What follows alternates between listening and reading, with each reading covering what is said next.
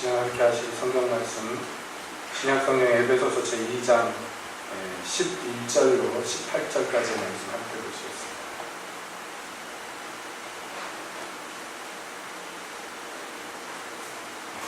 에베소서 2장 11절부터 18절까지 함께 보겠습니다. 그러므로 생각하라. 너희는 그때에 육체로 이방인이요 손으로 육체에 행한 할례당이라 칭하는 자들에게 무할례당이라 칭함을 받는 자들이요 그때에 너희는 그리스도 밖에 있었고 이스라엘 나라 밖에 살았느라 약속의 언약들에 대하여 외인이 세상에서 소망이 있고 하나님도 없는 자이다. 이제는 전에 멀리 있던 너희가 그리스도 예수 안에서 그리스도의 피로 가까워졌느니라. 그는 우리의 화평이시니 둘로 하나를 만드사 중간에 막힌 담을 거시고 원수 된 것 곧 의문에 속한 계명의 율법을 자기 육체로 빼앗으시니 이는 이 둘로 자기의 안에서 한 새 사람을 지어 화평하게 하시고 또 십자가로 이 둘을 한 몸으로 하나님과 화목하게 하려 하시며 원수 된 것을 십자가로 소멸하시고 또 오셔서 먼 데 있는 너희에게 평안을 전하고 가까운 데 있는 자들에게 평안을 전하셨으니 이는 저로 말미암아 우리 둘이 한 성령 안에서 아버지께 나아감을 얻게 하려 하시니라. 하나님, 오늘 이 시간 주의 말씀 듣기를 원합니다. 오셔서 말씀하시고 듣게 하시옵소서. 예수님의 이름으로 기도합니다. 아멘. 사도 바울은 계속해서 영광의 교회, 하나님의 교회, 예수 그리스도의 몸된 교회, 우리에게 그 하나님의 영광의 역사가 어떻게 임하시는지를 설명하고 그것을 밝히고 있습니다. 하나님께서는 오래 창세전부터 계획하셔서 우리 한 사람 한 사람을 선택하시고 그리고 그 사람들을 이끌어서 주님의 교회가 되게 하셨습니다. 그 과정이 어땠습니까?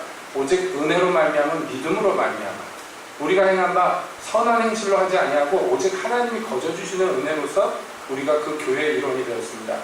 그렇게 거저 교회의 일원이 되고 하나님의 백성이 되었을 때 그 교회를 주님께서는 그냥 모이게 하시고 교회가 되게 하시고 마치려고 부르신 것이 아니고 그 교회로 부르신 자들이 온갖 선한 일을 합당하게 행하도록 하기 위해서 우리를 부르셨다고.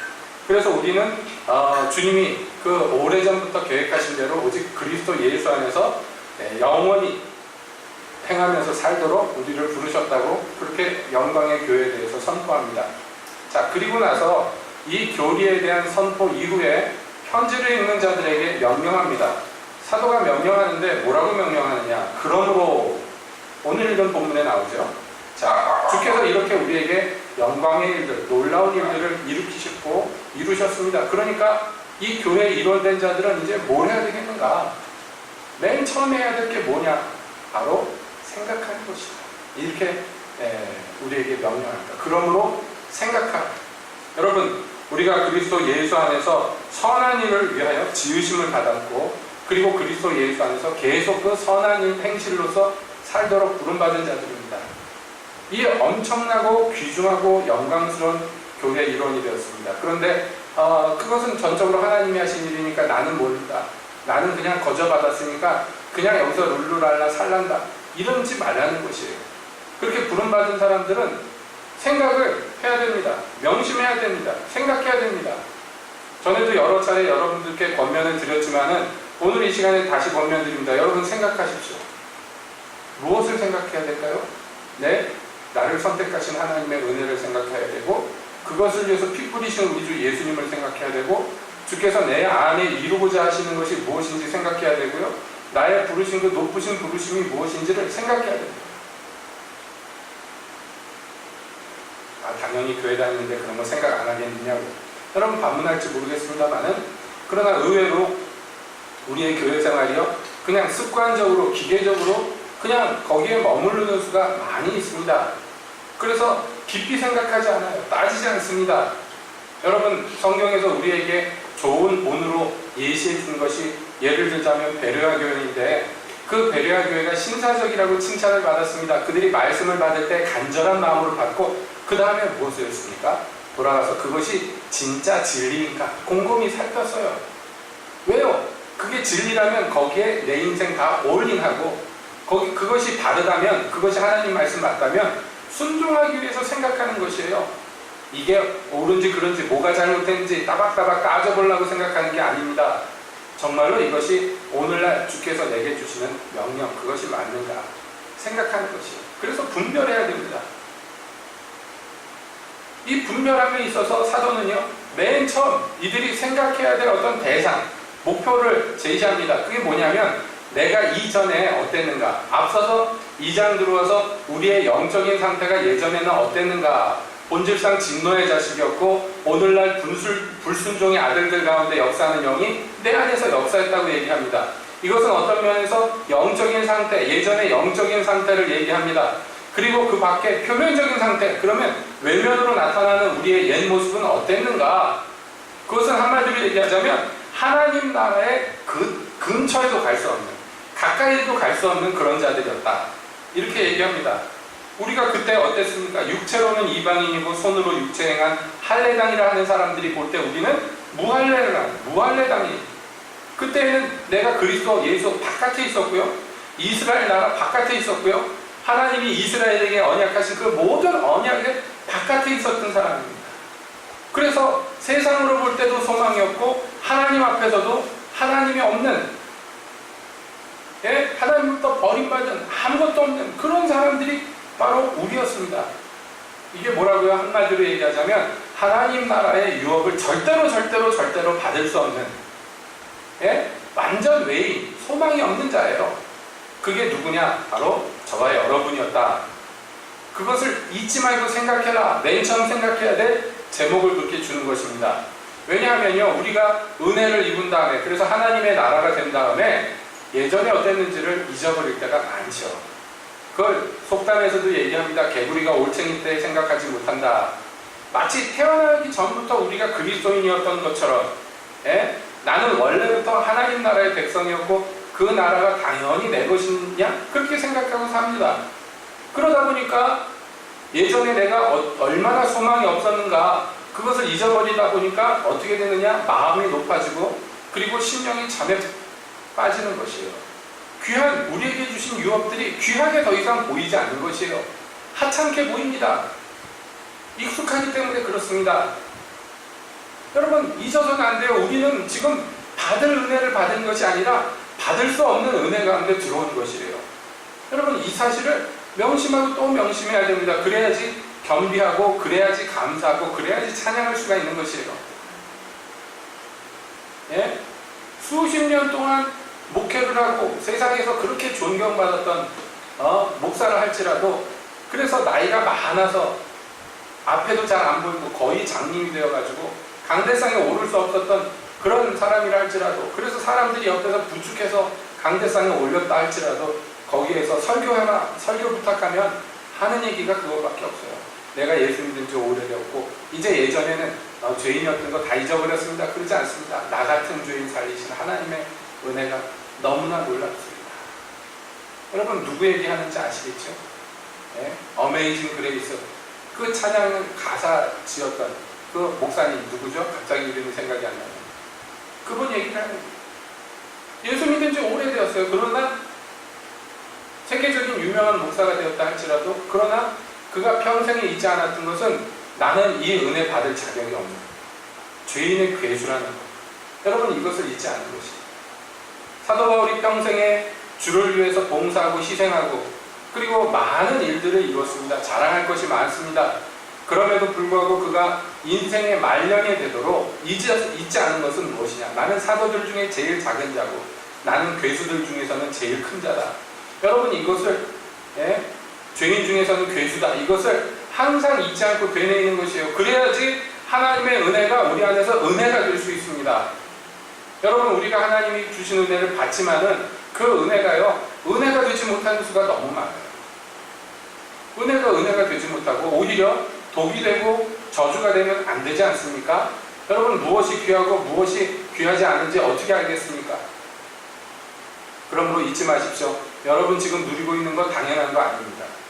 절대로 당연한 거 아닙니다. 누릴 수 없는 것들을 우리가 누리고 있는 거예요. 존 뉴턴 목사님 이름이 이제 생각나네요. 누릴 수 없는 은혜를 누렸어요. 그러니까 우리가 아무리 지금 천국 백성으로 큰 권세와 영광 중에 있다 할지라도 예전에 어땠는지를 또 명심해야 됩니다. 그래서 하나님께서는 이스라엘에게 뭐라고 명령하시느냐? 너희가 종되었던 땅 애굽에서 내가 너희를 건진 여호와다. 잊어서는 안 된다. 여러분 얼마나 많이 강조합니까? 실상 그래요. 이스라엘의 역사를 보면요, 하나님이 자기들을 구원하시고 택하신 그 은혜를 잊어버린 세대들은 타락합니다. 그것을 깨달은 세대들은요, 하나님 앞에 바로 섭니다. 항상 그렇습니다. 그러니까 사도가 그러니까 너희가 생각해라. 그러면서 맨 처음 생각해야 될 걸 뭘 제시하는 거예요? 우리가 원래 얼마나 이 언약 바깥에 있었던, 소망이 없었던 절망적인 그런 인간들이었는가를 잊어서는 안 된다는 것이에요.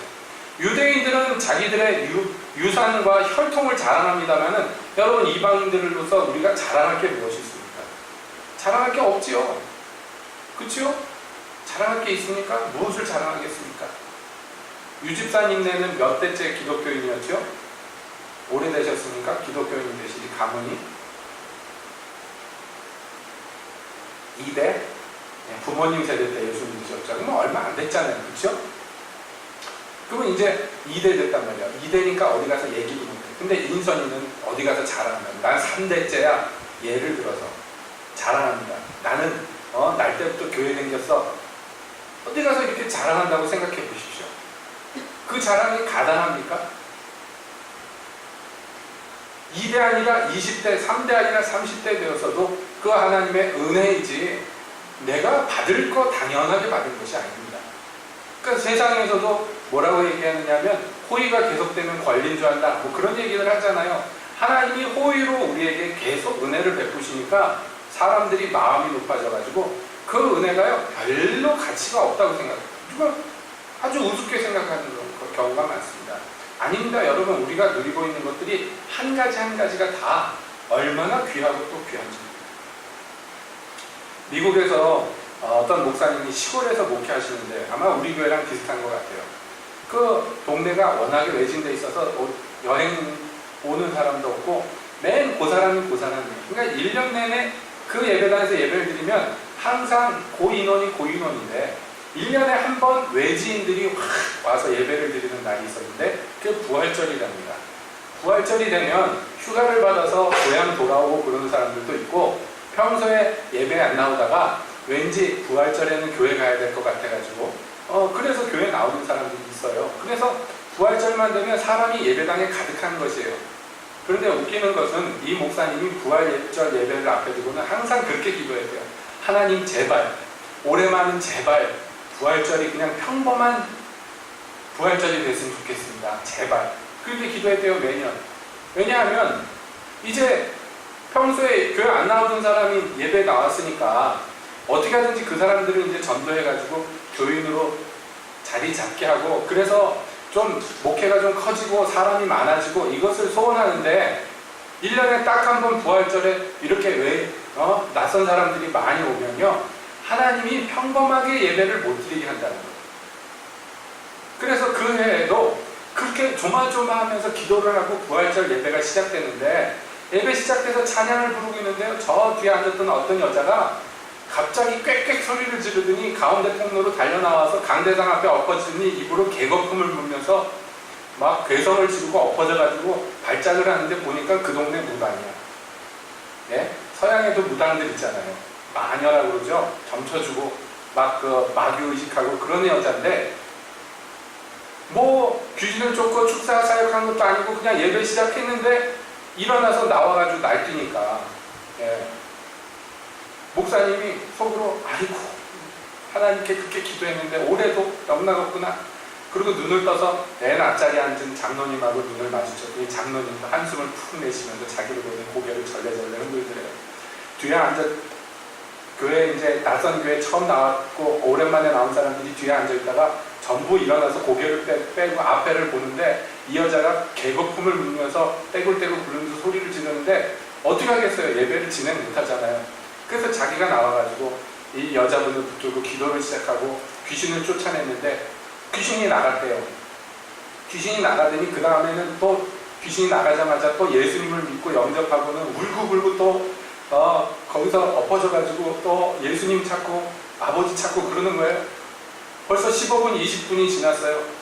다시 강대상에 올라서 설교를 하려는데 앞에서 거품을 입에 가득 묻힌 여자가 울면서 예수님 찾는데 그것도 신경 쓰이죠. 낯선 사람들도 긴장돼 있죠. 뭐라고 설교를 하는지 자기가 어버버버 하다가 예배를 마치고 축사하자마자 사람들이 출애굽하는 것 같이 뒷문을 향해서 뛰어나가는데 한숨이 막 나요. 원래 있던 교인들은 고개를 흔들면서 올해도 영락 없어. 우리 목사는 왜 저러나? 목사님이 불러낸 것도 아닌데. 그러면서 주섬주섬 성경책을 들고 돌아가는데 자기가 강대상에서 밑에를 보니까 그 입에 거품을 물고서 울며 기도하는 여자가 하나 있는 거예요. 그래서 자기가 그랬대요, 속으로.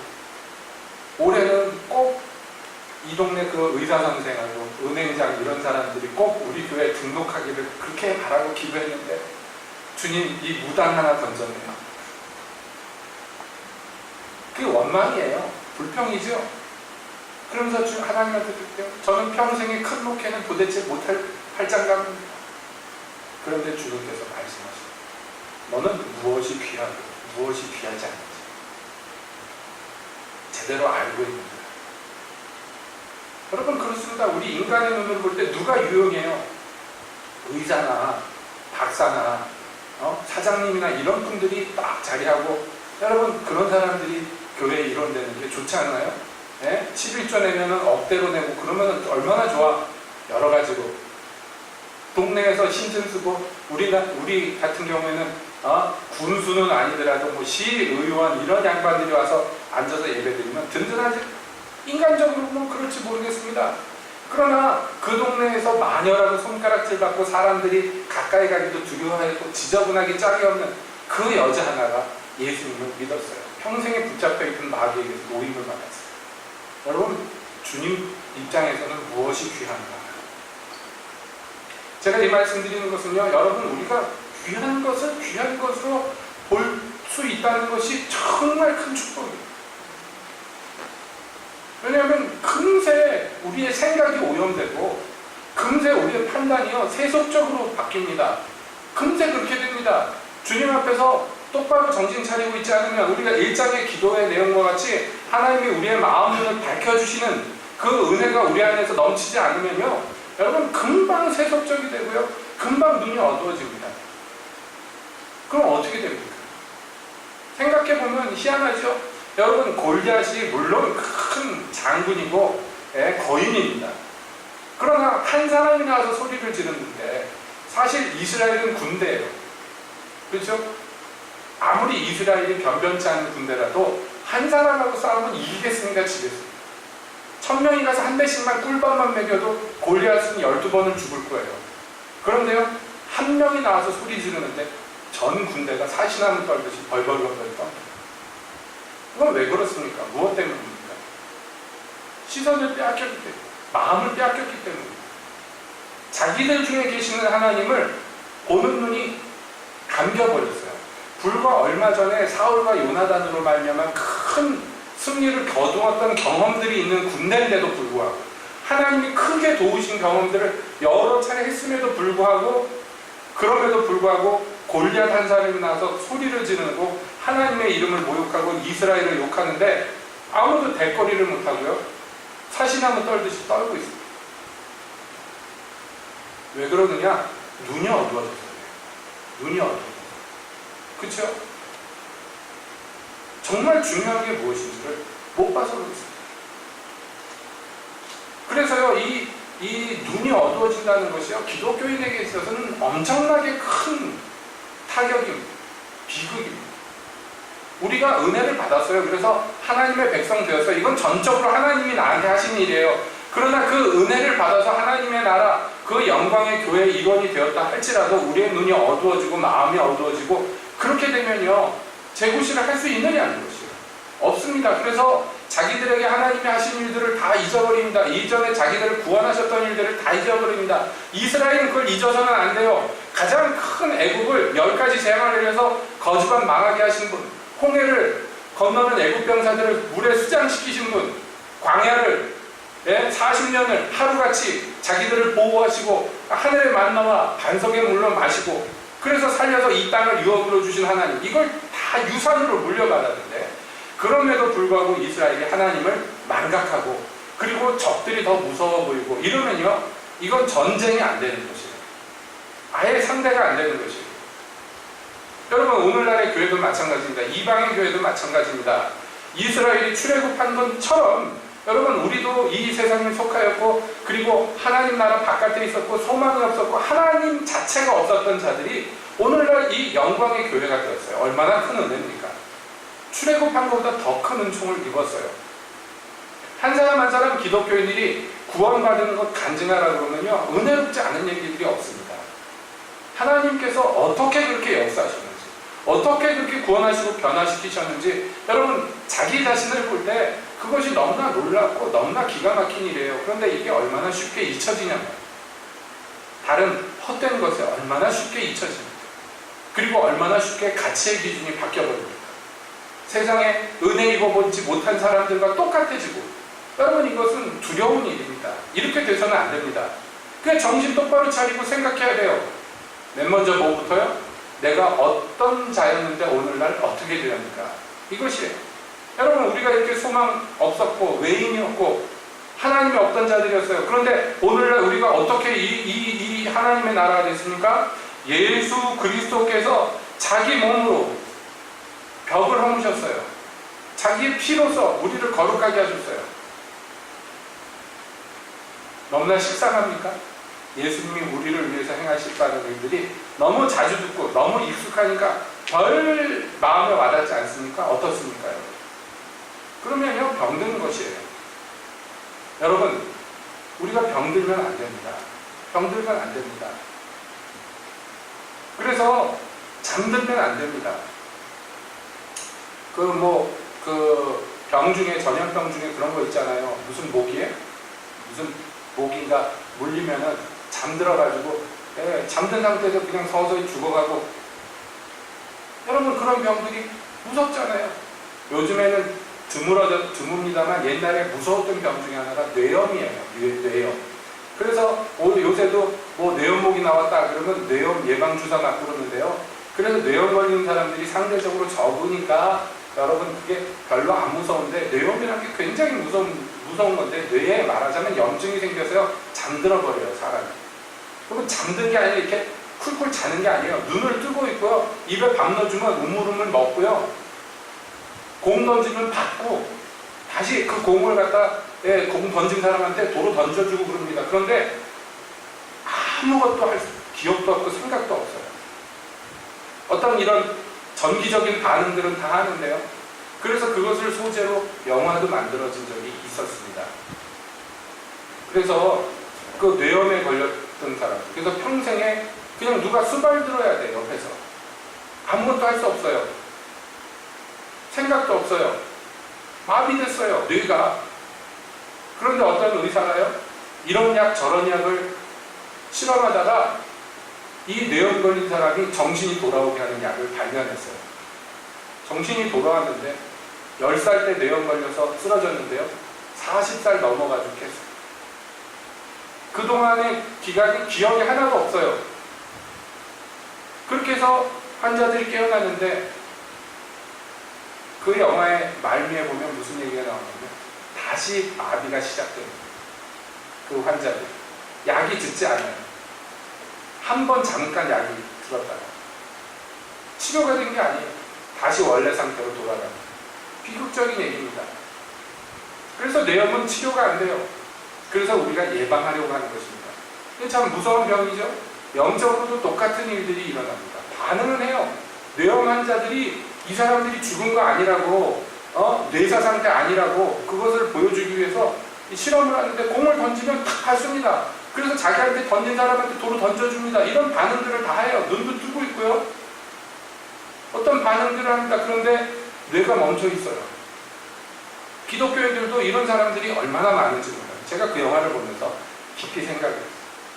반응들은 기계적으로 합니다. 주기도문 외우자 그러면 다다다다닥 입에서 나옵니다. 여러분, 그런데 그게 마음에 아무 열매도 맺히지 않아요. 다 어디서 시작된 건지 압니까? 머리와 연결이 끊어졌기 때문에. 머리 대신 그리스도와 연결이 끊어졌기 때문에.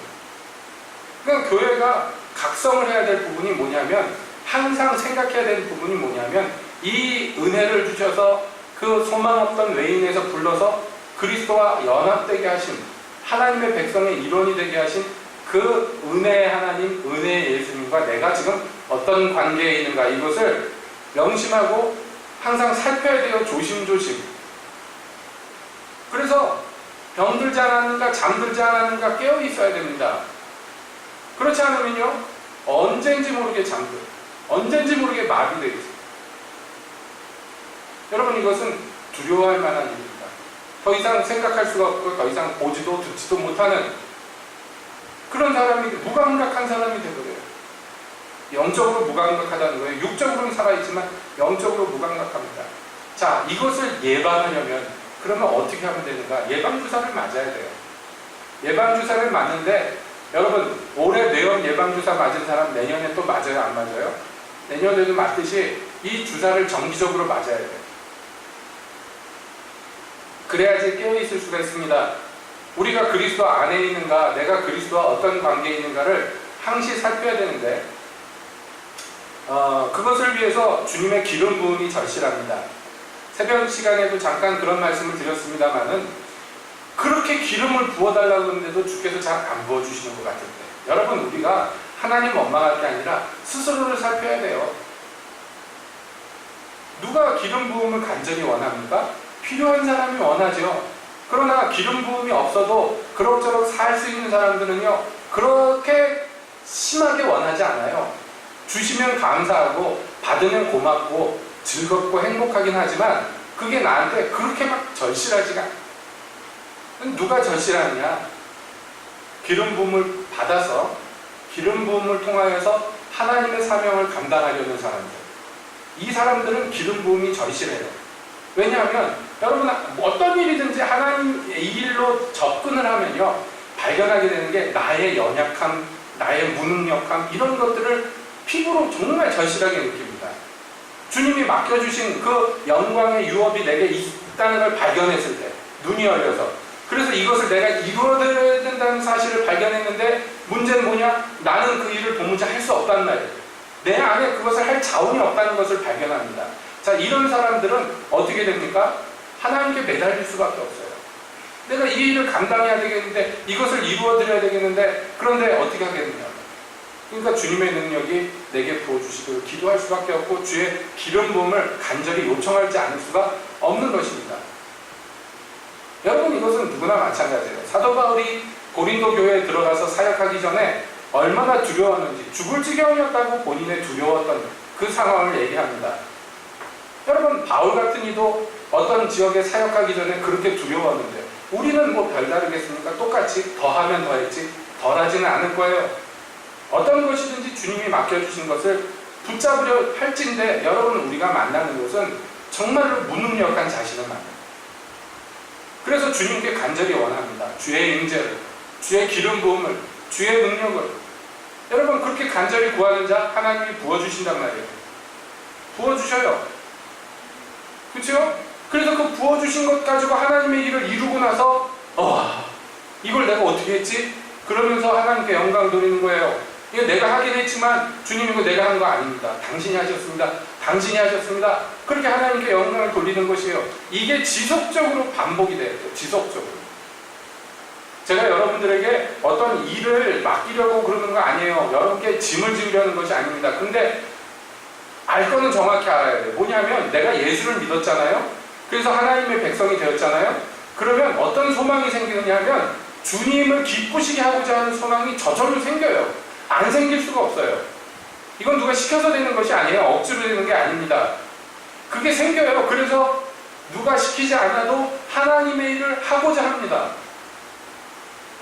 전에도 말씀드렸잖아요. 어느 동네 머슴인데 누가 시키지도 않는데 새벽마다 나와서 예배당 종을 치는 거예요. 여러분, 그 사람이 뭐 때문에 월급 받고 하는 것도 아니고 누가 임명한 것도 아닌데 왜 새벽에 일찍 나와서 새벽 종을 칠까요? 마음에 주님을 위해서 내가 뭔가를 해야 돼, 뭘 해드리고 싶은데 머슴 주제에 아는 것도 없고 할 수 있는 것도 없고 해드릴 수 있는 것이 없는데, 그러다가 그가 머릿속에 떠오르는 게 뭐냐면 내가 예배당 종이라도 쳐야 되겠다. 누가 시키지 않아도 그렇게 하는 거예요. 이게 정상적인 반응이에요. 특별한 게 아닙니다. 그렇죠? 그렇게 주님을 의지하고 가서 교회 종을 한번 치면 그게 기쁜 거예요. 내가 이것을 했다 그래서 기쁜 게 아니라 주님을 위해서 내가 이거 별건 아니지만 뭐라도 할 수 있었다는 게 너무 흥겹고 즐겁게 되는 것이에요. 여러분, 이것이 주님과 동행하고 주님과 함께 어떤 일을 이루어드리는 자들이 누리는 복입니다. 그러면 주님이 기뻐하시겠어요? 안 기뻐하시겠어요? 기뻐하시죠. 그 마음에 기뻐하시는 자에게 그래서 더 많은 것을 맡기는 것이에요. 많은 달란트를 남겼습니다. 그러면 어떻게 돼요? 더 많이 맡기시는 것이 이게 하나님 나라의 일이란 말이에요. 그러나 주인을 기쁘시게 할 아무 마음이 없는 사람은 자기 생각을 합니다. 먼저. 그래서 주인이 달란트를 맡겼는데 이거 괜히 날렸다가 무서운 우리 주인이 본전 내놓으라고 하면 내가 어디 가서 이것을 내놓겠는가. 자기 방어적인 생각을 먼저 합니다. 그래서 어떻게 해요?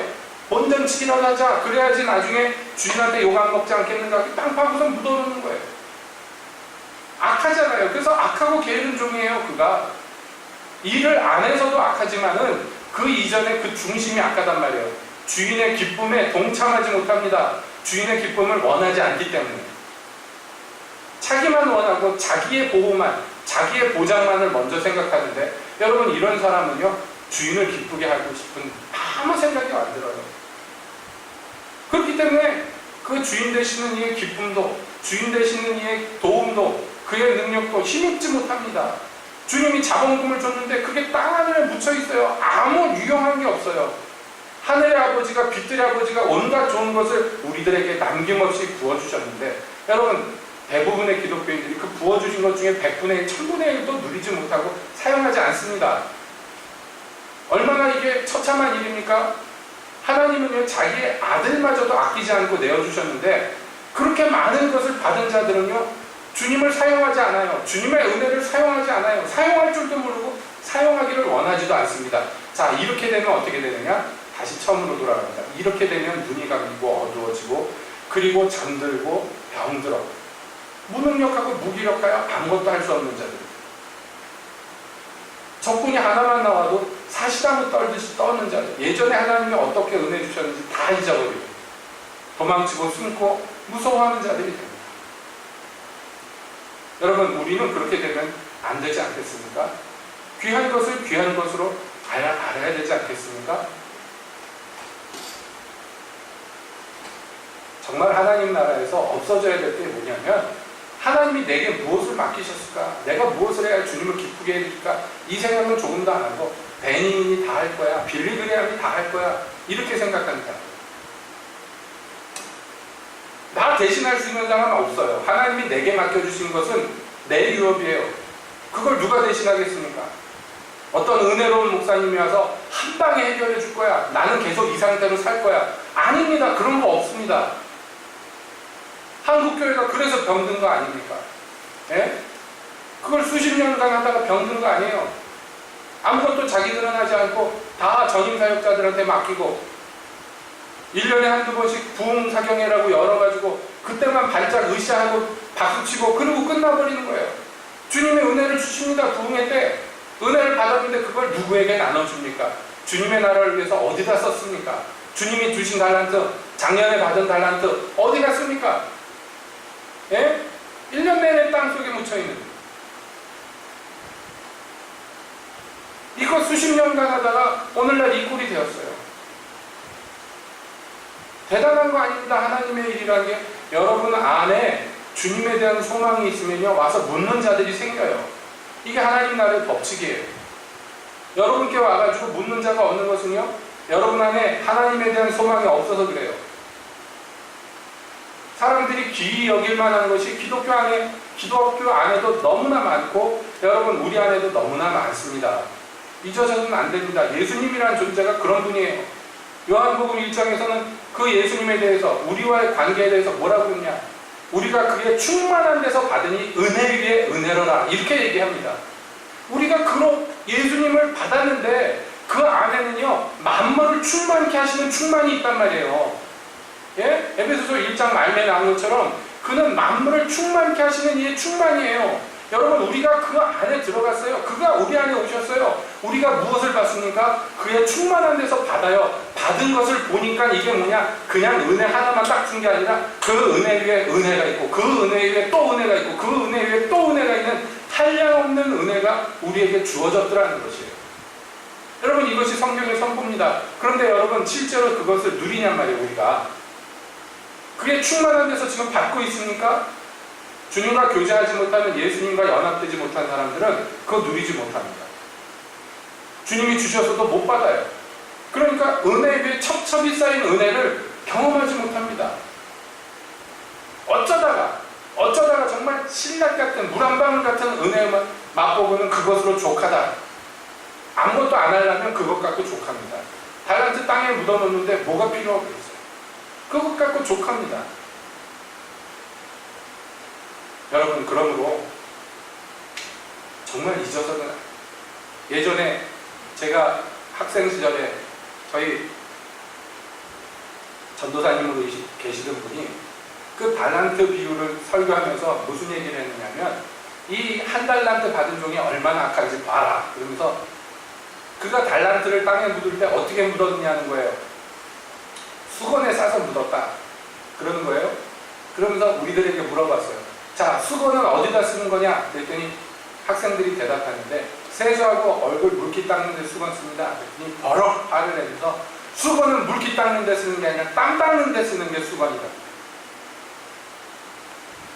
이 한 달란트 받은 종은 땀 닦으라고 주는 수건조차도 사용 안 한다. 땀이 안 나니까 성질을 막 부리는 생각이 나요, 그분이. 그러면서 학교 기숙사에서 다른 전도사님하고 얘기를 하는데, 방에서 어떤 아는 전도사님, 한 달이 거쳐서 아는 전도사님 와서, 당신이 농촌에서 공동체 사역을 시작하는데, 그러면서 자기가 하는 새로 시작하는 일들을, 비전을 얘기하니까 그걸 듣다가 그랬대요. 그러면 우리 교회 애들 좀 데려가시오. 우리 교회 강남에 있는 교회인데 거기에 있는 애들이 얼마나 썩었는지, 이건 나중에 제가 들은 얘기예요. 그렇게 얘기했대요, 그날. 수건은 어디다 쓰냐 그랬더니 세수하고 얼굴 닦는 데 쓴다고 그렇게 대답하더라고요. 이 강남에 썩어 빠진 정신 상태에 있는 얘네들 좀 데려가 달라. 그래서 저희가 방학 때마다 의무적으로 갔어요. 조를 나눠가지고 매주일 한 조씩 가가지고 그 가난하기 짝이 없는 시골 동네 가가지고 동네 애들 모아가지고 거기에서 애들 공부 가르치고요. 예? 저녁 때는 애들 공부 가르치고요. 낮에는 들루산으로 나가서 풀 베고 나무 해오고 노가다를 시켜가지고 그렇게 일주일 동안 했어요. 이걸 몇 년 동안 했어요. 돌아가면서 몇 년 동안. 그래서요, 정말로 하나님이 크게 역사를 하셔서 그 지역에 그 소망 없었던, 초등학교만 졸업하면 중학교도 안 보냈던 그 동네에서 아이들이 변화를 받고 예수를 믿고 교회가 부흥하는 일들이 있었을 뿐만 아니라, 더 중요한 것은 그렇게 전도사님 무서워서, 왜냐하면 그 전도사님 진짜 때렸거든요. 저도 몇 번 맞았습니다. 맞을까봐 꼭 그런 건 아니지만 아무튼 무서워서, 또 선후배들이 그렇게 되니까 그게 그냥 어떤 전통이 돼서 그렇게 가서 봉사하던 이들이 변화를 받았어요. 청년들이 변화가 되었어요. 저희 모교에서 있었던 일이에요. 저도 똑같은 일들을 통해 가지고 하나님의 은혜를 많이 경험합니다. 여러분, 수건은 땀 닦는 데 쓰고, 땀 닦는 데 쓰고, 주님께서 여러분에게 은혜를 주신 것은 그 땀 닦으라고 주시는 거예요. 네? 달란트 싸가지고 땅에 묻는 데 써서는 안 된다. 그런데 그렇게 땅 닦는 데 사용하고, 그렇게 주님을 위해서 주님이 주신 은혜를 사용하면, 거기에서 우리가 맛보게 되는 건 뭐냐면, 내가 사용한 하나님의 은혜, 받아서 사용한 은혜가 한 가지라면 그 위에 은혜가 또 있고, 그 위에 은혜가 또 있고, 그 위에 은혜가 또 있고, 겹겹이 수도 없이 베풀어 주시는 주님의 은혜를 경험케 되더라. 하나님의 은혜를 사용해 보지 않은 사람들은요, 주님의 은혜 위에 은혜가 겹치는 그 풍성함을 경험할 수가 없어요. 주님이 주시는 은혜로 한 사람 권면하고, 한 사람을 위해서 기도하고, 한 사람을 위해서 눈물을 흘려서 그 사람이 예수를 믿고 변화받아서 하나님의 백성이 되고, 그것을 보면서 목격하면서 거기에서 받는 희열과 영광과 감사라는 것, 이건 뭐라고 얘기할 수가 없는 거죠. 이런 것들, 여러분, 이렇게 서로를 돕고 세우고 하는 일들이 하나님의 은혜와 기름 부음 안에서 이루어질 때 이 사람은 주님을 더 깊이 알게 되고요, 이 사람은 주님의 마음에 더 접근하게 되고요, 눈이 더 밝게 열리게 되는 복을 얻게 돼요. 그렇지 않고 그냥 하나님이 주시는 은혜 받아놓고 그냥 머물러 있고 그냥 여기가 좋사오니 그러고 있는 사람들은요, 제가 분명히 말하는데 병듭니다. 반드시 병들어서 죽은 듯 돼버립니다. 무감각한 사람들, 하나님의 은혜를 머리로는 알고 어렴풋한 옛날 기억으로는 알지만 살아있는 은혜를 경험할 수 없는 그런 병든 사람이 되거든요. 그래서 밤낮 부르짖으나 하나님이 응답해 주시는 것도 알지 못해요. 하나님의 안에 있는 자기들에게 베푸신 영광이 지극히 크신 것이 무엇인지 알지 못하는 불쌍하기 짝이 없는 기독교인들이 됩니다. 얼마나 많습니까? 그런 이들이 너무너무 많은 세대에 우리가 살고 있습니다. 주님이 우리를 거기에서 건져주시기를 원합니다. 우리 한 사람 한 사람을 건져주시기를 원합니다. 우리 세비교회에 이것이 지금 현재 급박하고 절실한 것입니다. 네? 여러분들이 아시겠습니까? 여러분, 우리가 소원해요. 정말 하나님 앞에 나가서 가장 먼저 자기 자신을 놓고 내 안에 병든 것이, 잠든 것이, 네? 마비된 것이 주님이 고쳐달라고, 알게 해주시고 고쳐달라고. 그러면 주님이 주시는 은혜 가지고 내가 다른 사람을 먹이고 입히겠다고. 여러분, 예수님 다시 오셨을 때 너 왜 내가 굶주렸을 때 먹을 걸 안 주고, 왜 내가 목말랐을 때 마실 걸 안 주고, 내가 병들었을 때 왜 찾아오지도 않았느냐고 하면 뭐라고 그럴 거예요? 우리가 할 말이 없잖아요. 주님 기뻐하시는 일은요, 필수입니다. 주님이 그거 하라고 우리를 부르셨어요. 앞서서 우리가 보았잖아요. 예수 안에서 선한 일을 위하여 우리를 지으셨다. 여러분, 잊어서는 안 됩니다. 우리에게 옛적에 소망 없던 우리를 불러서 은혜를 베푸신 거 이유가 다 있는 거죠. 그 부르심이 우리 안에서 온전히 이루어지기 위해서 여러분 생각해야 돼요. 그러므로 생각해야 돼요. 정신 차려야 돼요. 생각해야 돼요. 그래서 주님의 은혜로 다시 새롭게 다시 세워주시는 일들이 이 교회 안에 속히 풍성하게 이루어지기를 정말 주님의 이름으로 간절히 소망하고 소원합니다. 기도하겠습니다.